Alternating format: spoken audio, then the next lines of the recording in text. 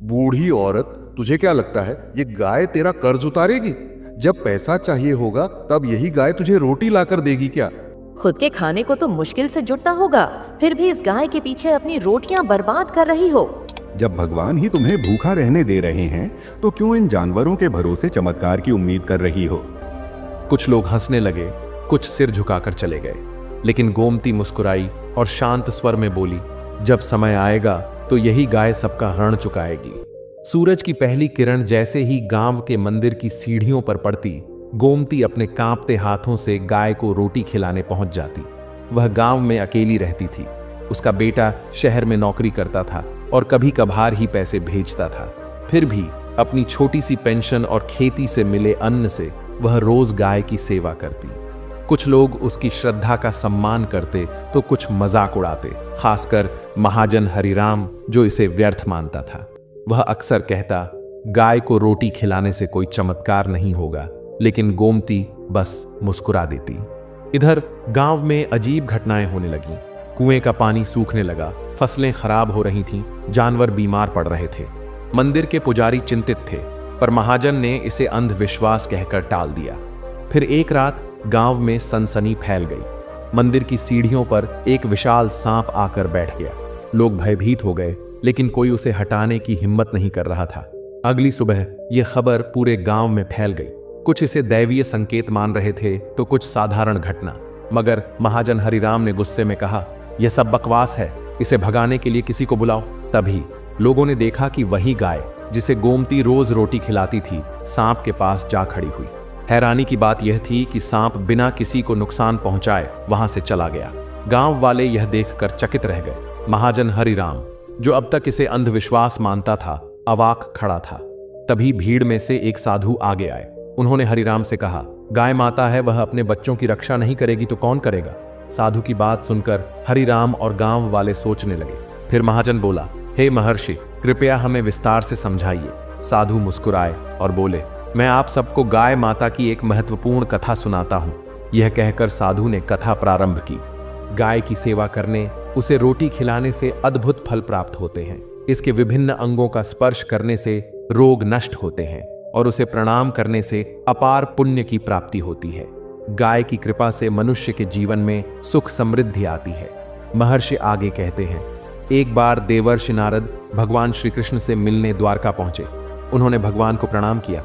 श्री कृष्ण प्रसन्न होकर बोले, हे देवर्षि, आपका स्वागत है। आज द्वारका आगमन का क्या कारण है? नारद जी मुस्कुराकर बोले, प्रभु, आप तो सर्वज्ञ हैं, फिर भी यदि अनुमति दें तो मैं एक जिज्ञासा प्रकट करूं। भगवान श्री कृष्ण बोले, निसंकोच पूछिए। तब नारद जी बोले, प्रभु, पृथ्वी पर विचरण करते हुए मैंने एक विचित्र दृश्य देखा। कुछ लोग गायों की पूजा कर रहे थे, जबकि कुछ निर्दयी लोग उन पर अत्याचार कर रहे थे। यह देखकर मेरा हृदय व्यथित हुआ।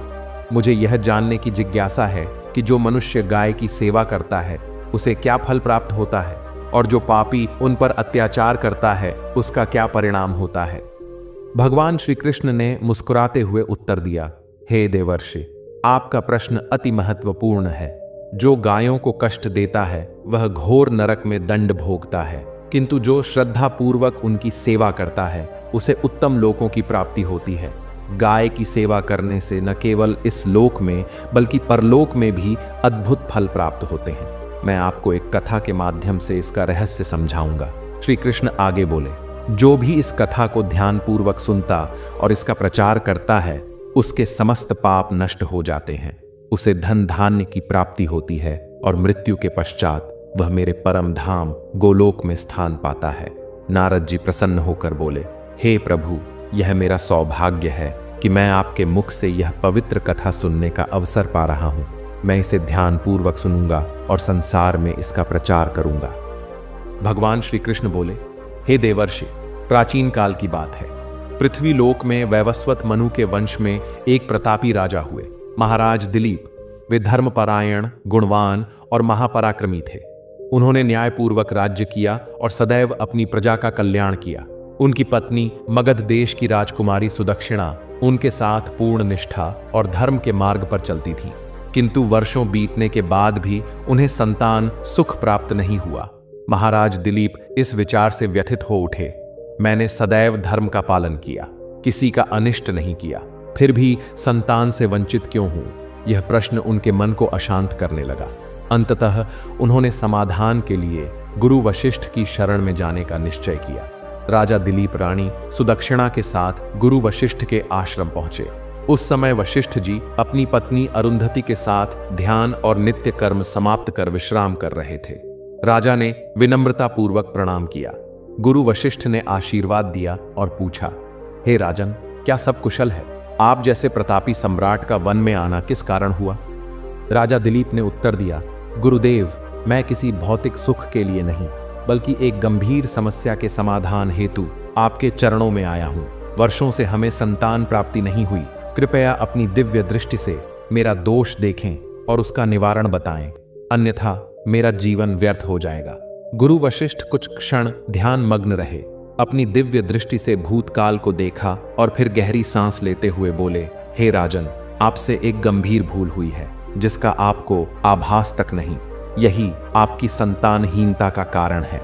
जब आप इंद्रलोक में देवराज से मिलकर लौट रहे थे, तभी मार्ग में एक कल्प वृक्ष के नीचे खड़ी गाय और उसके बछड़े को आपने दुर्लक्ष्य कर दिया था।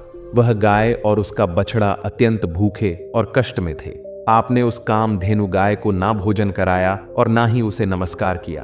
उस गाय ने आपसे सहायता भी मांगी, किंतु आप अपनी प्रसन्नता में खोए हुए थे और आपको उस गाय की पुकार भी सुनाई नहीं दी।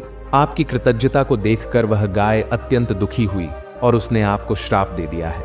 हे राजन, जो मनुष्य गाय को कष्ट में देखकर उसकी सहायता नहीं करता, भूखी गौ माता को भोजन नहीं कराता, उसे तो महापाप लगता है और उसी गाय के श्राप के कारण आपकी कोई संतान नहीं है।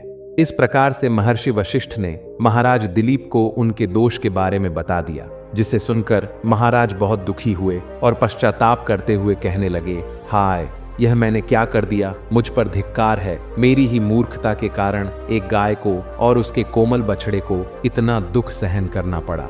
मुझे तो अब राजा बने रहने का भी अधिकार नहीं है। महाराज महर्षि वशिष्ठ से कहते हैं, हे गुरुदेव, मैं अपनी इस भूल को सुधारना चाहता हूँ।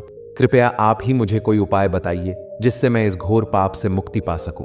मेरा अपराध क्षमा के योग्य नहीं है, किंतु फिर भी मैं प्रायश्चित करना चाहता हूँ। फिर महर्षि वरिष्ठ कहने लगते हैं, हे राजन, आप दुखी ना हो। इस दोष से मुक्ति का उपाय अवश्य है। आप मेरे आश्रम की नंदिनी नाम की गाय की सेवा करो। वह उसी कामधेनु गाय की पुत्री है जिसकी आपने सहायता नहीं की थी। अपनी पत्नी के साथ मिलकर तुम उस गाय की सेवा करो, उसकी आराधना करो, वह तुम्हें अवश्य पुत्र प्रदान करेगी। तभी वह नंदिनी गाय बाहर से उस आश्रम में प्रवेश करती है। उस गाय को आता देखकर महर्षि वरिष्ठ बोलते हैं, राजन, देखिए, केवल स्मरण करने मात्र से ही कल्याण करने वाली यह नंदिनी गाय स्वयं चल कर आई है। आप भाग्यशाली हैं, यह गाय निश्चित ही आपके दुख दूर करेगी। आप वन में इस नंदिनी गाय के पीछे पीछे चलकर इसकी सेवा करो। जंगल में रहने वाले हिंस पशुओं से इसकी रक्षा करो और आश्रम में लौट आने पर रानी सुदक्षिणा इस गाय की सेवा करें। इससे प्रसन्न होकर यह गाय तुम्हें निश्चित ही पुत्र प्रदान करेगी। फिर महाराज दिलीप ने ऐसा ही करने का वचन दिया और फिर दूसरे दिन सुबह महारानी ने गाय की पूजा की और महाराज उस गाय को चराने के लिए वन में लेकर गए। जब वह गाय चलने लगती तो महाराज उसके पीछे पीछे चलते, इधर उधर से हरी हरी घास लाकर उस गाय को खिलाने लगते। जब वह गाय किसी वृक्ष के नीचे बैठती तो महाराज भी उसके साथ बैठकर विश्राम करते। महाराज उस गाय के शरीर से डांस और मच्छरों को हटाते और अपने हाथों से उसके मस्तक को सहलाते हैं। इस प्रकार से महाराज उस गाय की सेवा में लगे रहे। जब शाम हुई तो महाराज उस गाय के साथ आश्रम में लौट आए। आश्रम में पहुंचते ही उस गाय ने अपने खुरों से महाराज पर धूल उड़ाई, जिससे महाराज का शरीर पवित्र हो गया और उनके सभी पाप नष्ट हो गए। फिर महारानी सुदक्षिणा ने आगे आकर नंदिनी की अगवानी की और विधिपूर्वक उस गाय का पूजन किया तथा बारंबार उसके चरणों में मस्तक झुकाया। फिर उस गाय की प्रदक्षिणा करके हाथ जोड़कर वह उसके आगे खड़ी हो गई। फिर उस गाय ने उस रानी की पूजा को स्वीकार किया और रानी पर अपनी दृष्टि डालकर उसके सभी दोष समाप्त कर दिए। गाय की दृष्टि पड़ते ही रानी अत्यंत पवित्र हो गई। इस प्रकार से महाराज दिलीप को उस नंदिनी गाय की सेवा करते हुए 20 दिन बीत गए। फिर 21वें दिन महाराज जब गाय को लेकर वन चले गए तो वह गाय चढ़ते चढ़ते हिमालय पर्वत पर चली गई और महाराज भी उसके पीछे पीछे चले गए। वहां उस पर्वत पर खड़े होकर महाराज उस हिमालय पर्वत की सुंदरता को निहार रहे थे। इतने में ही एक शेर ने आकर उस नंदिनी गाय को बलपूर्वक दबोच लिया। राजा को उस शेर के आने की आहट तक नहीं हुई। उस शेर के चंगुल में फंसी नंदिनी ने दयनीय स्वर से बड़े जोर से चीत्कार किया, हे महाराज मेरी रक्षा करो, हे महाराज मेरी रक्षा करो। जैसे ही महाराज ने उस गाय की पुकार सुनी तो उन्होंने देखा कि एक भयंकर शेर ने उस गाय को दबोच लिया है और उस गाय की आंखों से आंसुओं की धारा बह रही है, जिसे देखकर महाराज व्यथित हो उठे और उन्होंने तुरंत ही अपना बाण निकाला और धनुष की डोरी पर रखा और उस शेर को मारने के लिए प्रत्यंचा खींची। उसी समय उस शेर ने महाराज की तरफ देखा। उस शेर की दृष्टि पड़ते ही महाराज का शरीर स्तब्ध हो गया, उनकी शक्ति क्षीण हो गई, उनका सारा बल नष्ट हो गया। अब उनके अंदर उस बाण को छोड़ने की भी शक्ति नहीं रही। फिर वह शेर उस महाराज से बोलने लगा, हे राजन, मेरे ऊपर प्रहार करना तुम्हारे बस की बात नहीं है, क्योंकि भगवान शिव मेरी ही पीठ पर पैर रखकर नंदी पर बैठते हैं। इसीलिए तुम मुझे मारने की चेष्टा मत करो और यहां से लौट जाओ। विधाता ने इस गाय को आज मेरा ग्रास नियुक्त किया है, इसीलिए तुम इसमें दखल मत दो।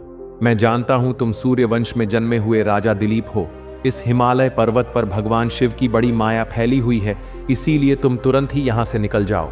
फिर महाराज बोलने लगे, हे मृगराज, कृपया आप इस गाय को न मारे। यह महर्षि वशिष्ठ जी की संपूर्ण मनोरथ को पूर्ण करने वाली नंदिनी गाय है। इसकी हत्या करने पर तुम्हें महापाप लगेगा। गुरुदेव ने मुझे इस गाय की रक्षा और सेवा करने का आदेश दिया है। इस गाय का एक बछड़ा भी है जो घर पर इसकी राह देख रहा है। मैं इस गाय को मरने के लिए छोड़कर नहीं जा सकता। तुम भगवान शिव के सेवक हो, इसीलिए तुम्हारे हाथ से इस गाय को छुड़ाना मेरे लिए असंभव है। इसीलिए हे मृगराज, मेरी आपसे विनती है कि आप इस गाय को जीवन दान दो। इस गाय के बदले मैं तुम्हें अपना शरीर समर्पित करता हूं, जिससे तुम्हारी भूख भी शांत हो जाएगी और इस गाय की रक्षा भी हो जाएगी और मेरे वचन का पालन भी हो जाएगा। साथ ही गौ रक्षा के लिए प्राण त्यागने से मुझे उत्तम गति की प्राप्ति होगी। इतना कहकर महाराज उस शेर के सामने हाथ जोड़कर बैठ गए और आंखें बंद की।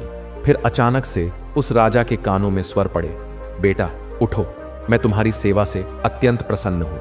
यह सुनकर महाराज उठ खड़े हुए और उन्होंने अपने सामने उस गाय को देखा और वह शेर कहीं दिखाई नहीं दे रहा था। तब वह नंदिनी गाय राजा दिलीप से कहने लगी, हे राजन, मैंने ही अपनी माया से शेर का रूप उत्पन्न करके तुम्हारी परीक्षा ली है। यमराज भी मुझे पकड़ने का विचार नहीं कर सकते। मेरी रक्षा के लिए तुम अपने प्राण देने के लिए तैयार थे, इसीलिए मैं तुम पर बहुत प्रसन्न हूं। अब तुम मुझे वरदान मांगो, जो तुम्हारी मनोकामना है वह कहो, मैं अवश्य पूर्ण करूंगी। महाराज दिलीप कहते हैं, हे गौ माता, मेरे मन में जो इच्छा है आप वह अवश्य जानती होंगी। कृपया मुझे पुत्र प्रदान कीजिए, मेरी यही कामना है। फिर उस नंदिनी गाय ने कहा, हे बेटा, तुम पत्ते के द्रोण में मेरा दूध लेकर उसका पान करो। इससे तुम्हें अत्यंत बुद्धिमान और गुणवान पुत्र की प्राप्ति होगी। महाराज दिलीप कहने लगे, हे माता, इस समय पर मैं आपके मधुर वचन सुनकर ही तृप्त हो चुका हूं। अब आप मेरे साथ आश्रम पर चलिए और मैं आपकी पूजा आराधना करके तथा मेरे अनुष्ठान को पूरा करके आपके अमृत समान दूध का पान करता हूं। उसके बाद महाराज दिलीप उस गाय को लेकर आश्रम चले गए। आश्रम में पहुंचने पर महारानी सुदक्षिणा ने आगे आकर उस गाय का पूजन किया। तब उस गाय ने कहा, हे महारानी, आप मेरी पीठ को स्पर्श करें, इससे आपको अत्यंत गुणवान, बलवान और विद्वान पुत्र की प्राप्ति होगी। फिर महारानी ने गाय की पीठ को स्पर्श किया। महाराज और महारानी ने उस गाय की विधिवत पूजा आराधना की और उनके अमृत के समान दूध को प्रसाद समझकर ग्रहण किया।